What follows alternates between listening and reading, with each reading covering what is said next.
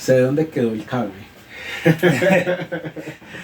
Por ejemplo, un Korg MS-20, ¿sí? Que hicieron en 1978, es muy curioso porque usted puede colocar dos de los mismos y cada uno tiene una sonoridad totalmente diferente, aunque se juegue con el corte de filtro. Entonces, si se enseña de técnica, entonces yo coloco un filtro a cierto lado, todos tendrían que tener lo mismo. Como decir, toque una escala pentatónica menor, y para ser más específico, la menor pentatónica, pues todos van a sonar un la menor pentatónico, ¿no? Mientras que acá no, acá no va a llegar a eso, ¿sí? Uno se puede aproximar, ¿sí? A llegar al mismo sonido. Es más, uno puede llegar a hacer un sonido casi muy parecido al sonido que uno está escuchando con esas señales de audio del sintetizador, pero que quede igual, creo que de pronto no tanto, ¿sí? O sea, siempre va a haber unas cosas muy chiquiticas que de pronto pues uno de tanto trabajar las puede uno apreciar, ¿no? Pero el que lo escucha decir, no, eso quedó igual. Es como cuando alguien toma una foto con una resolución baja o alta, pero toma una foto cerca, las primeras dos, no, eso quedó igual. La gente casi no va a tener esa percepción, pero mientras que el que estudia fotografía así le venga más detalle, no, esta cámara ya no va a funcionar porque aquí se perdió tantos elementos. Es como el que escucha música. Entonces, no, es que está el que es erudito en la escucha de la música y dice, no, es que yo tengo que escuchar una música que sea flat o en vinilos o tal cosa, y entonces ellos tienen su digámoslo, su punto clave a la hora de la escucha. Mientras que uno a veces dice, no, o mi papá, póngame un MP3 y pone 1000 canciones y a él no le importa cómo esté la resolución, lo que quiere es escuchar, no más, ¿sí? No me importa cómo venga, ¿no? Entonces lo mismo pasa con esa, digámoslo así, la percepción del sonido en el instrumento. Por eso yo creo que técnica, no sé qué tan fuerte sea la cuestión de la técnica, ¿sí? Me queda pensando eso, porque no lo veo así de esa forma, ¿no? O sea, hay un desarrollo, un lenguaje, ¿sí? Pero de ahí a una técnica que sea directo, ¿no? Porque siempre va a tener, me falta un poquito, tal cosa, o de hecho todos los fabricantes, como les estaba hablando ahora, tienen sus propios cortes de frecuencia y el knob está a unos lados totalmente abismales a otros, ¿no? Con relación al punto de encuentro. Pero no sé hasta qué punto lo podamos llamar técnica, ¿sí? Allí. Okay. Bueno, vamos a seguir.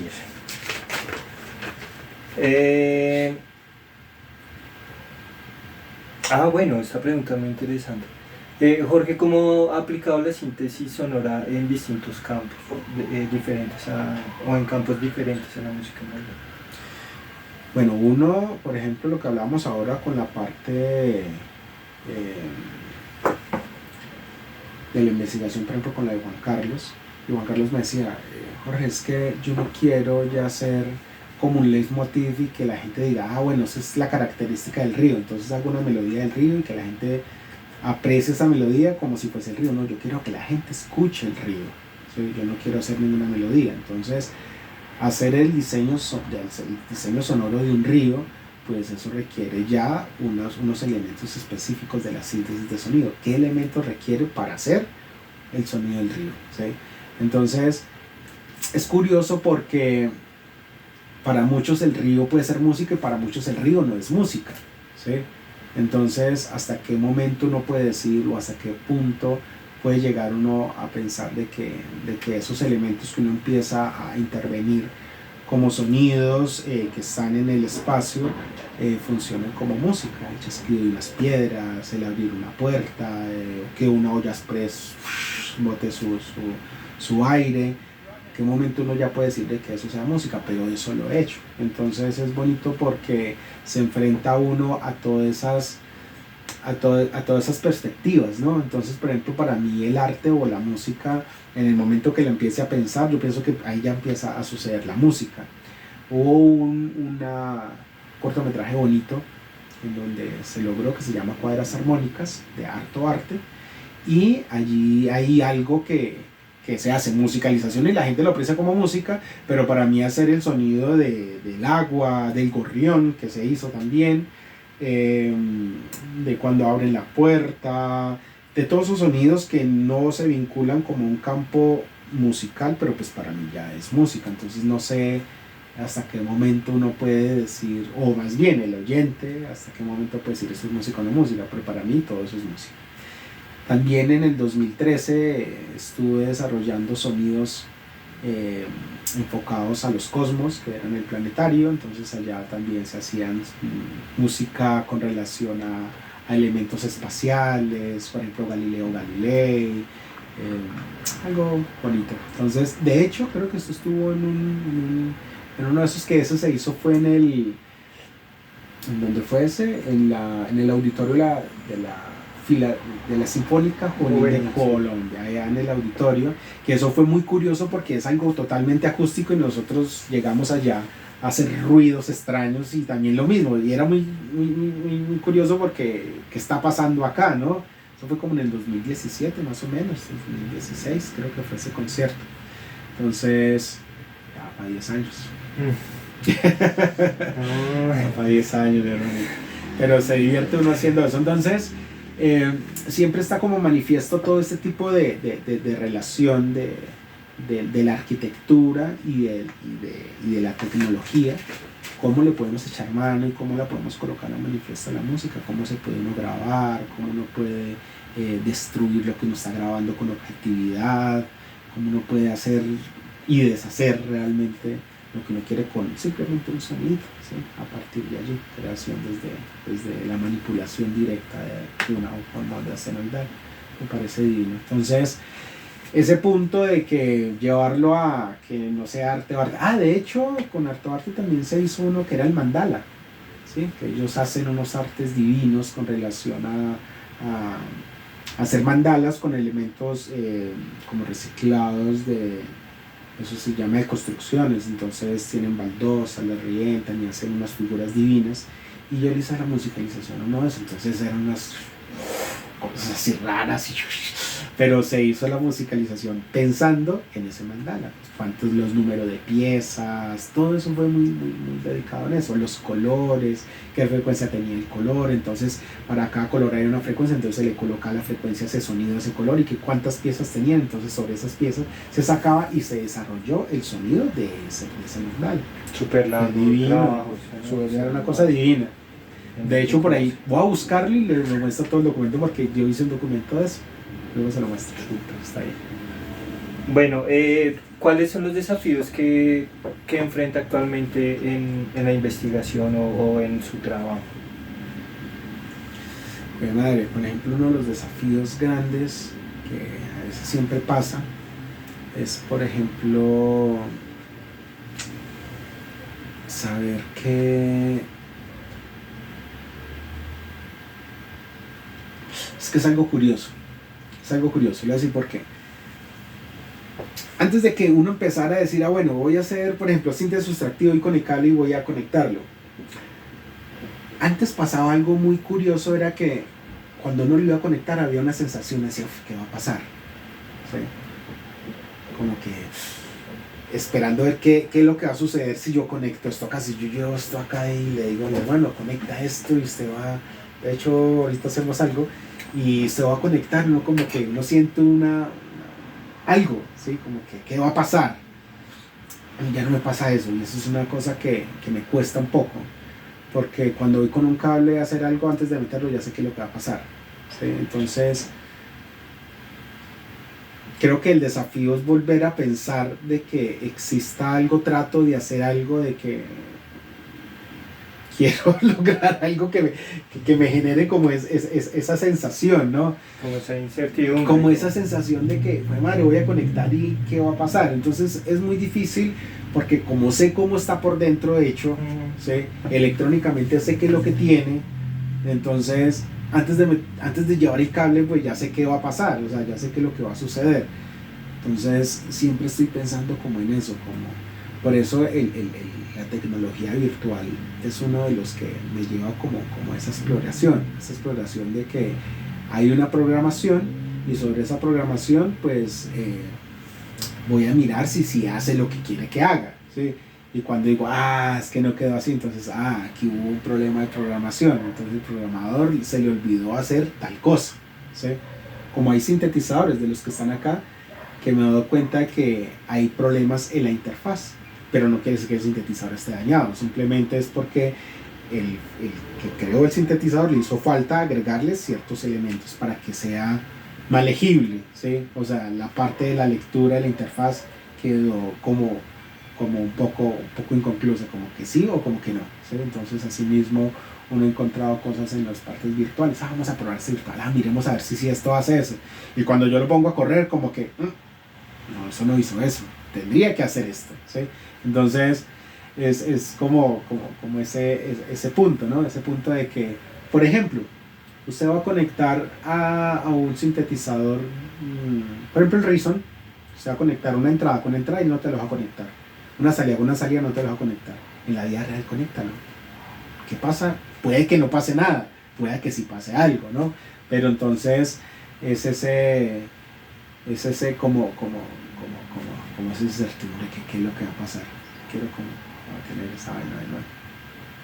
Qué interesante, no me esperaba esa respuesta. De verdad. Bueno, esto ya es como más a lo artístico. Entonces, ¿cuáles son sus influencias en el campo de la investigación de la síntesis sonora? Súper, mire que ahí antes de la síntesis de sonido se venía trabajando las mezclas de combinaciones de elementos acústicos para tener algo nuevo, ¿sí? Por ejemplo, en Francia un grupo que se llamó, bueno, un personaje especialmente que se llamó Gerard Griset, ¿sí? Con un elemento que llamó Partiels, y ellos hicieron el espectralismo. ¿Y cómo lo lograban? Llegan y tenían la orquesta y tocaban un instrumento de registro más bajo, ¡pam! Y los armónicos de ese instrumento los iban haciendo los otros instrumentos de la orquesta. Entonces aparecía la trompeta haciendo el armónico tal, pero era curioso porque la trompeta, cuando hacía eso, salían más armónicos de la trompeta, pero ellos ya no pensaban en los armónicos de la trompeta, sino que estaban pensando en el armónico de la nota principal que tocaron. Entonces tocan un instrumento de muy baja frecuencia y ahí empezaban los demás. Partiels. Va a pasarles ahora para que la escuchen. Y es una cosa que es acústica, pero uno empieza a apreciar esos elementos que existen en las señales de audio, cómo uno puede jugar con la serie armónica. Y jugar con la serie armónica no solamente lo puede hacer uno con señales de audio, sino que también lo puede hacer a través de elementos acústicos. Que uno es consciente cuando está trabajando con elementos acústicos que van a empezar que yo le puedo dar relevancia a ese armónico que quiere que suene, pero van a aparecer más armónicos dependiendo del instrumento que vaya a interpretar ese tipo de componente del contenido armónico. Hay otro músico que también es genial, bueno, ya murieron y es triste, un paréntesis, es triste esto porque en las academias, en las universidades y entonces la parte de música, hablemoslo más cerrado en Bogotá, hablan de estos maestros como historia, sabiendo qué es lo que nos dejó la tecnología que estamos apropiándonos ahora, ¿sí? Y los que son historia nos mandan de cabeza que tiene que ser de lleno, pues porque pues eso es lo que nos está vendiendo la música occidental, ¿no? Entonces, obviamente hay que conocer qué sucedió antes, qué pasó con Bach, qué pasó con Mozart, qué pasó con todos ellos, qué fue lo que hicieron, qué le podemos aprender, pero no quiere decir que esa sea la influencia fuerte para nosotros desarrollar la música. Y los que son actuales, por ejemplo, lo de Gerard Griset, Nono, ¿sí? Stockhausen, Delia, Xenakis, ellos son historia para ellos porque pues de pronto no lo abordan con su profundidad, pues porque requieren de pronto más conocimiento, requieren de pronto otros elementos para poder entender estos músicos. Entonces, por ejemplo, otro músico que pues me da mucha influencia fuerte es Iannis Xenakis, ¿sí? Iannis Xenakis, que él es el que le atribuye la síntesis granular y por medio de elementos acústicos cómo puede hacer espectralismos también, o sea, cómo puede hacer, por ejemplo, con Metástasis, esa obra de hacer esos glisandos y que vayan para arriba las cuerdas, las otras para abajo, jugar con todo eso. Y de hecho esa obra está en partitura y también está la parte del score de la geometría, cómo se ve eso geométricamente. Está también la parte del espectro del sonido. Entonces son músicos que no estaban directamente con la parte electrónica, pero ya estaban manipulando el sonido bajo otras perspectivas, ¿sí? Y esto es muy bonito en el punto de que, a que siempre que doy una charla o algo, o una clase, o compartiendo algo, me encanta siempre decirle que hay que uno que maravillarse del sonido, no importa de qué fuente venga, puede ser acústico, electrónico analógico, electrónico digital, electrónico virtual, puede ser de cualquier tecnología de la que estemos ahorita pasando. Pero yo pienso que lo más importante es apreciar uno el sonido. Cuando uno aprecia el sonido, el momento se vuelve arte. Porque se vuelve otra vez como el nicho de las personas que empiezan a tener como una religión y separando las cuestiones, como voy a colocar acá una barrera, entonces para allá es usted y para acá soy yo, y usted no se puede pasar para acá, yo no puedo pasar para allá. Así mismo pasaba con la música y con todos los colores. Por ejemplo, en la década de los 80 en Colombia, el que tenía una camiseta roja y una camiseta azul, en todos los dobles lineares y se encendían, ¿cierto? Así mismo estaba pasando ahora, ¿sí? Con los sintetizadores. Entonces pasan que no, es que el analógico es lo mejor, el otro que el digital es el mejor, el otro que el virtual es el mejor, y no.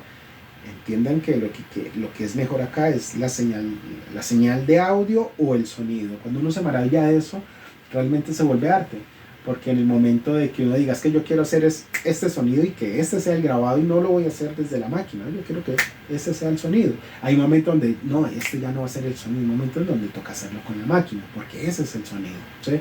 Entonces, lo que nosotros empezamos a apreciar, le vamos a dar una relevancia dependiendo al discurso y a lo que uno quiere llevar, ¿no?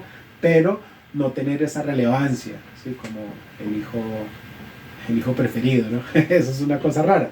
Entonces, asimismo, el sintetizador estaba llegando, y para ir más allá, más a fondo, aparte del sintetizador, me acuerdo bastante, como en el 2008 más o menos, 2007, se destacó también como una indagación, y ay no, es que la afinación, que la 432, que la 440, y todo el mundo que peleaba, que no, entonces que mejor la 432. Y yo le decía, mi hermano, o sea, nosotros tenemos un rango de frecuencias tan gigantes para hacer música, porque solo piensa en 432, porque solo piensa en 440, ¿sí? Porque no habla de 528, porque no habla de, no sé, de otras frecuencias para hacer también música, y solamente se centran en unos elementos que se abren en una cuestión social, y decían, no, es que la 432 es la que vibraba el planeta. Bueno, realmente es una cosa rara que digan que el 432 vibra al planeta, ¿sí? Y otros decían que no, es que está a 440, que porque el 440 desestabiliza. Y pues obviamente cuando nosotros miramos eso en una placa que se llama cimática, pues en la cimática pues nosotros podemos ver las ondas estacionarias y vemos qué es lo que está pasando con esas frecuencias, y obviamente el 440 pues no tiene una homogeneidad en el sonido, y pues allá lo relaciona al cuerpo, según una cuestión social, y se desbaratan miles cosas, ¿no? Pero me parecía curioso era que solamente hablaban de esas dos frecuencias, ¿sí? Entonces, ¿por qué no vinculaban también otras más? ¿Sí? Porque existen muchísimas, o sea, el rango espectral es enorme, ¿sí? Entonces, a partir de eso, nosotros cómo podemos hacer arte. Entonces, solamente se enfrentaban a ellas, pues porque había ya una condición social. Entonces, como decir el rojo y el blanco, o el que tiene una camiseta de fútbol y otra entonces raya, hay una condición social y se agarra. Entonces claro, entonces decían que el 432 era el planeta y el 440 es algo que inestabiliza, entonces ya hay algo social, entonces vamos a colocar eso a pelear, la frecuencia del diablo. La frecuencia del diablo. Entonces nada, o sea, hagamos música con cualquier tipo de frecuencia. Muy buena la vaina. Bueno, ya me perdí. Esto lo edito. Perfecto, vamos a sacar un moco de una vez. Aproveche mismo. ¿Qué fue lo último que le pregunté? Las influencias. Las influencias. Entonces ahí para terminar las influencias, corte.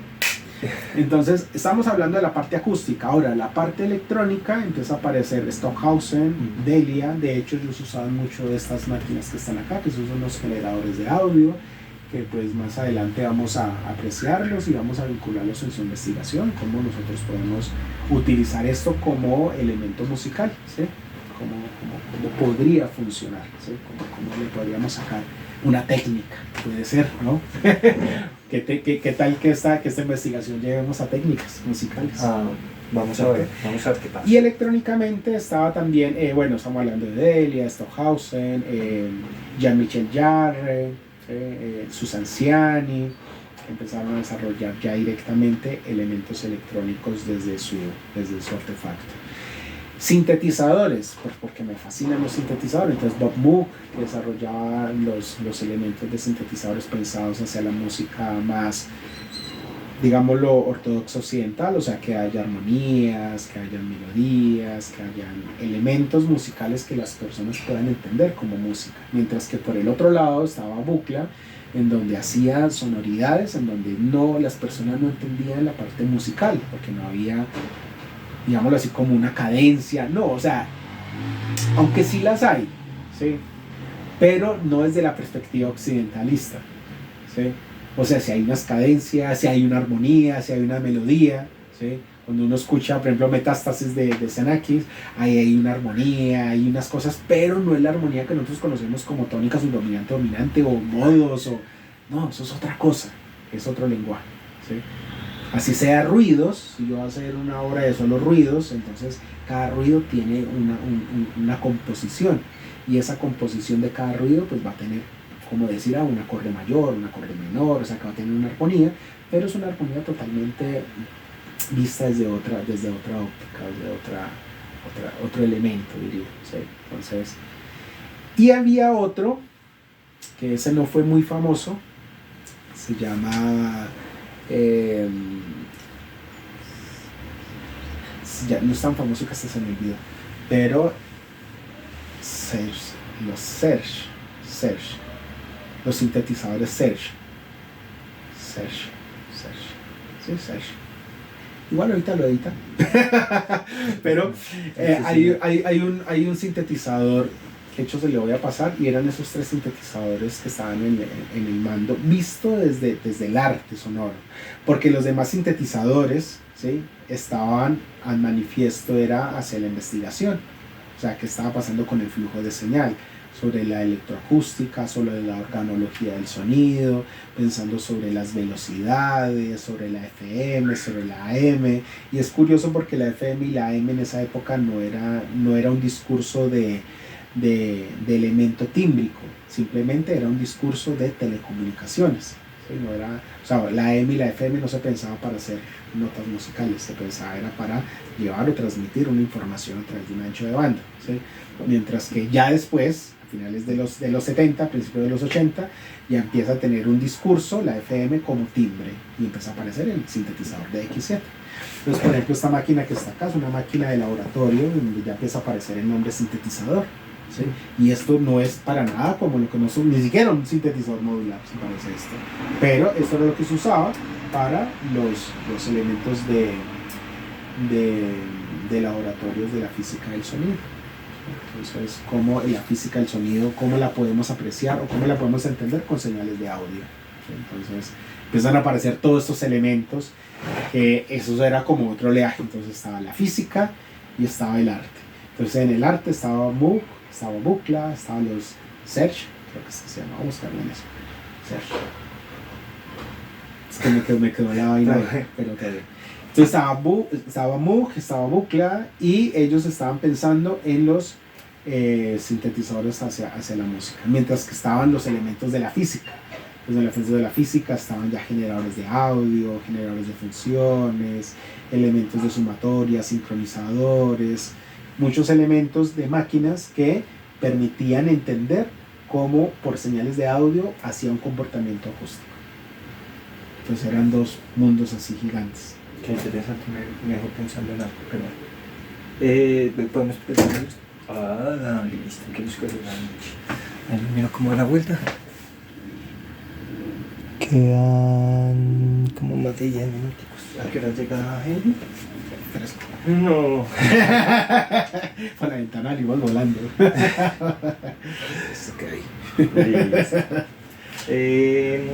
Bueno, esta pregunta siento que también dio una parte de la respuesta a lo largo de la entrevista, pero ya enfocada como a cuáles han sido esas colaboraciones con otros artistas o otras investigaciones desde el campo de la síntesis sonora.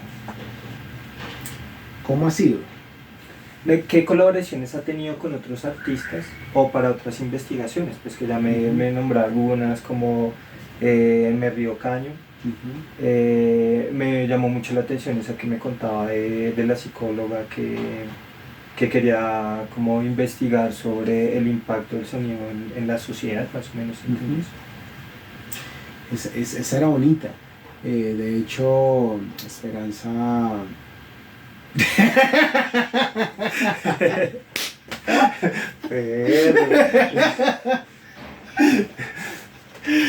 Ay, qué chévere.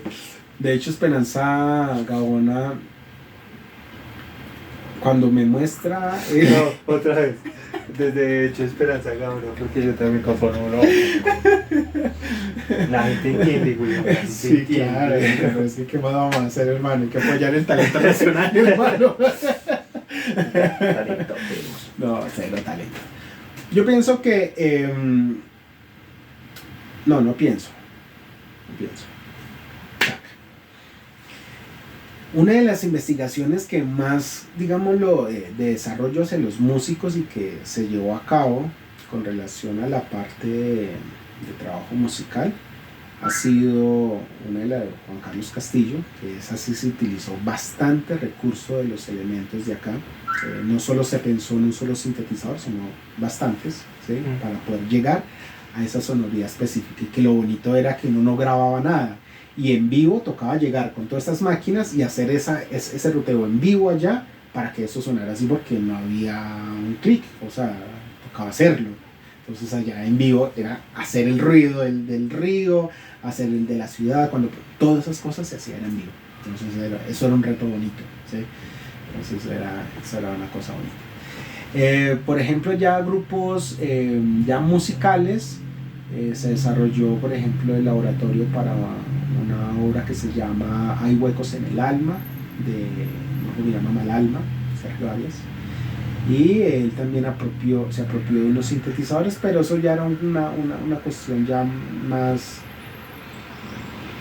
musical desde la perspectiva social, ¿no? O sea, vuelvo y hablo de lo de Juan Carlos, me parecía muy lindo de Juan Carlos, y no quiero decir que lo de Sergio no hubiera sido lindo, sino que había más elementos de trabajo con el sintetizador, que hacer ya el sonido, por ejemplo, de un bajo, o hacer el sonido de unos acordes de un sintetizador tal, porque me generaba la época de ese sintetizador. Entonces, pero igual yo creo que ese es el se me fue ahorita la palabra. Ese es el recurso del laboratorio. El recurso del laboratorio no solamente está para hacer cosas complejas, sino también para hacer todo. O sea, desde el momento simple de decir, es que quiero hacer solamente esta nota, y ya, eso va a ser todo, listo. Se apropió el laboratorio para hacer ese tipo de cosas. O sea, acá no se está pensando ni en la complejidad ni en lo simple, no se está pensando en el desarrollo de la investigación desde el discurso que la persona lo traiga, ¿sí? Entonces han pasado varios músicos, varios artistas.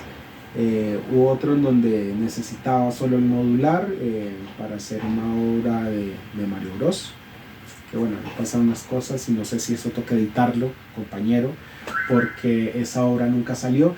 Pero lo curioso es que en el Instagram tengo una parte donde estábamos grabando y ¿saben? Cuando al final y ya, y luego se termina el video, porque estábamos usando el modular para hacer eso, pero la obra nunca salió. Esa obra iba a salir para cuando se estrenó la película de Mario Bros y todo. Entonces aquí entre nos queda la grabación, pero creo que esto toca editarlo. Ahí hubo como una diferencia y todo eso con la parte del estudio, el artista y todo eso. Entonces, hermano, el producto ya estaba listo, eso estaba sonando una belleza, hermano. Y por unas cuestiones ahí se pegaron unas cosas de regalías, y el otro que no, usted me dijo que tal, y otro dijo que no, usted me dijo que era este, que el porcentaje de y no salió nunca la obra, hermano. Pues, cosas que pasan, pero la obra estaba brutal, y para eso también usaron ese sintetizador. Bueno, yo creo que alcanzamos a hacer la última.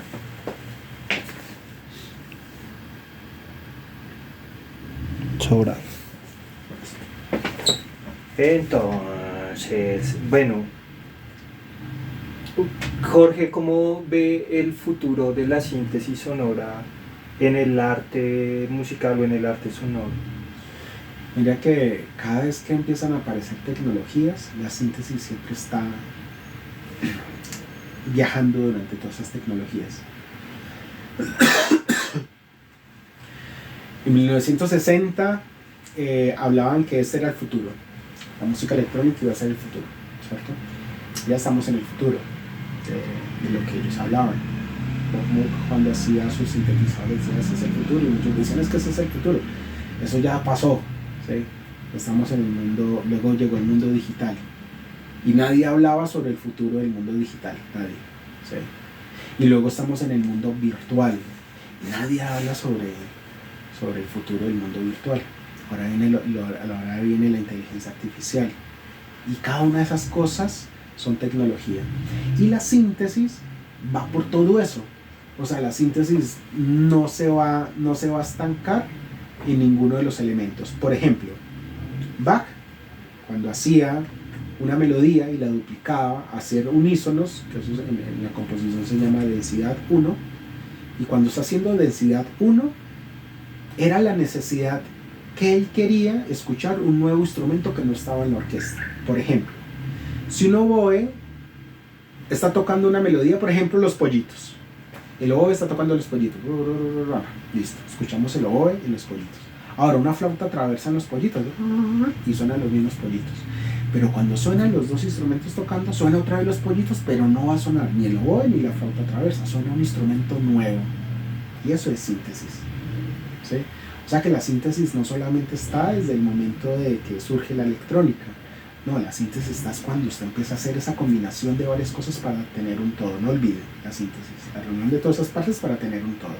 Entonces, si yo estoy mezclando una orquesta de Big Band y tengo trompeta 1, trompeta 2, el cuarteto de los saxos, ¿sí? Entonces alto, tenor, y yo si voy a mezclar todo eso que es aquí, más el trombón, todas esas cosas, realmente yo no estoy escuchando uno por uno. Llega un momento donde escucho toda la serie, ¡pran! Y todo eso es un instrumento, ¿sí? Entonces es la mezcla, o sea que eso es síntesis. El que estudia dirección de orquesta y el que está manipulando toda la orquesta, toda esa orquesta, él no piensa que no es que aquí tengo un músico, allá tengo el contrabajo, aquí tengo el del timpani. No, todo eso es una sola cosa, ¿sí? Porque es un solo instrumento para él, ¿sí? Entonces eso ya es síntesis. Las tecnologías cada vez que empiezan a aparecer pues van a tener más elementos, pero siguen mezclando. ¿Cómo los van a mezclar? Dependiendo de la tecnología que está saliendo, ¿sí? Si llegamos a un momento en donde ya van a reunir los átomos y podemos ver los átomos y se empiezan a unir y se empiezan a... ahí va a salir síntesis también, y eso va a ser parte también del arte, ¿no? ¿Cómo va a ser esa señal? Pues es una señal que va a tener una relevancia de una forma diferente, ¿sí?